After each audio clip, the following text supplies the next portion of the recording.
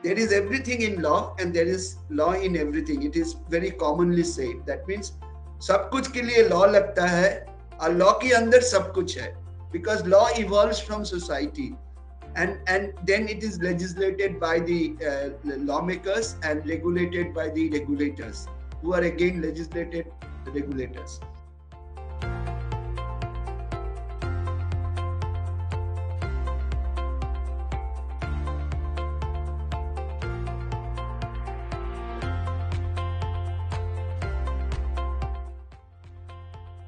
NMIMS has a history of making future-ready, socially responsible, and globally oriented students right from the beginning of it. And today, very many numbers of NMIMS alumni are in top positions or in CEO's position, Chief Marketing Officer's positions, CXO's positions all over India, and some of them are also in overseas positions. The requirements, NMIMS is known in India for always connecting with industry, always taking inputs from industry, understanding the requirements of the industry in future, and thereby design programs which industry would require in future.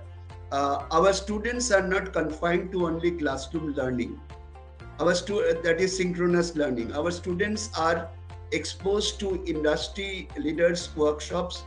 There is every day at least one footfall from the industry at our school level. We conduct annual programs. We conduct annual conferences. We send our students to industry for 8 weeks industry internship. We send students to NGOs compulsorily for our core MBA program for social responsibility, awareness, and sensitization. So our students are not confined to the classrooms. They are exposed to the world at large, and they participate in international and national level competitions conducted by corporates and these other base schools. So there is a huge exposure for students. Point number 2, our school is accredited with Association to Advanced Collegiate School of Business Management. This is the highest ever accreditation a business school can have in the world. MBA law as a program is so unique. It connects the dot between business and law. And when we say business and law, we have a combination of 13 law courses and roughly about 22 business management, core business management courses, including communication, etc.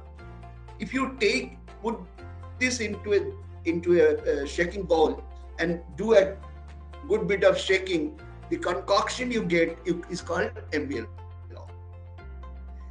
And coming to entrepreneurship, we have two kinds of courses. One course is for catching them young after class 12. They come from business families. I'm talking about entrepreneurship MBA. And we call it integrated MBA. They become graduate and then become a postgraduate. It's a dual program, graduate and postgraduate. We have a social entrepreneurship program. In that, students join for social entrepreneurship. And the beauty of our NMIMS is that students have the liberty to choose their electives and the area where they want to specialize. There is another unique feature of MBA law, and that feature is, in addition to defined project works for definitive problems given by the professor in charge of that course, there is one module which is only research. A student will not come to classroom for that work. They will be choosing their own title for research. They will choose their own guide for research. They will conduct a 3 months work research, and before they start this, we will give them a research methodology workshop. After having done this work, the paper will be presented to a group of evaluators, and one of them would be an industry expert. They will be appearing for Viva. they will be appearing for defending their propositions in the research project in conclusion. For our MBA core, you have NMAT by GMAC. That's the examination you have to pass, and when you apply for NMAT by GMAC, you have to choose NMIMS as the school. For MBA law program, there is some uniqueness. When our core MBA program is open to any graduate from any recognized university, MBA law program is very unique. It is only for 4 kinds of tribes. 4 tribes. Tribe number 1, all LLB students, BSc LLB, BA LLB, BBA LLB, BLS LLB, or LLM. Okay, that's the one tribe. Second tribe is chartered accountants, qualified chartered accountants. Third is qualified company secretaries, and fourth is qualified cost and management accountants who have passed from those 3 institutes. And this LLB tribe has to pass from a recognized university with 50% marks. After they apply, we call them for a written test, and that written test is of 100 marks. Logical reasoning, which includes 5 marks for mathematics, legal reasoning, English language, and essay writing competition. So this essay writing and all these things, if you have to pass. And on these 100 marks, you have 60% weightage. Then the students will be exposed to a group of experts consisting of 1 from industry, 1 from our in-house faculty, and 1 alumni of the program, which is common for all programs of NMIMS, including for MBA law. If you have a GMAT score, you need not appear for the written test. With 600 GMAT score, you can join.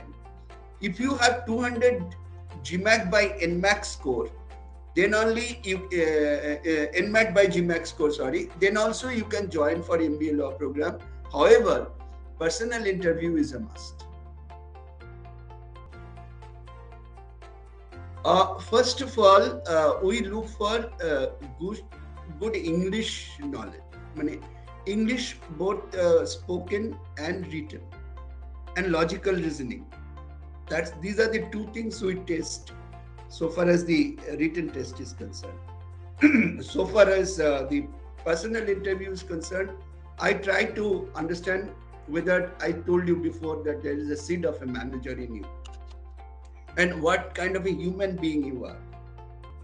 Because and kind of 1 to 2 years experience before they join.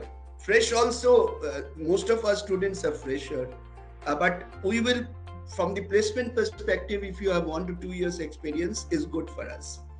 And let me tell you, if you are an LLB student, or if you are a chartered accountant or a cost accountant, when you are doing your undergraduate curriculum or this professional curriculum, you are already having industry exposure because you have already gone for either 3-4 internships during your LLB program, or you have gone for your industry training when you have done your CA, CS or CA program.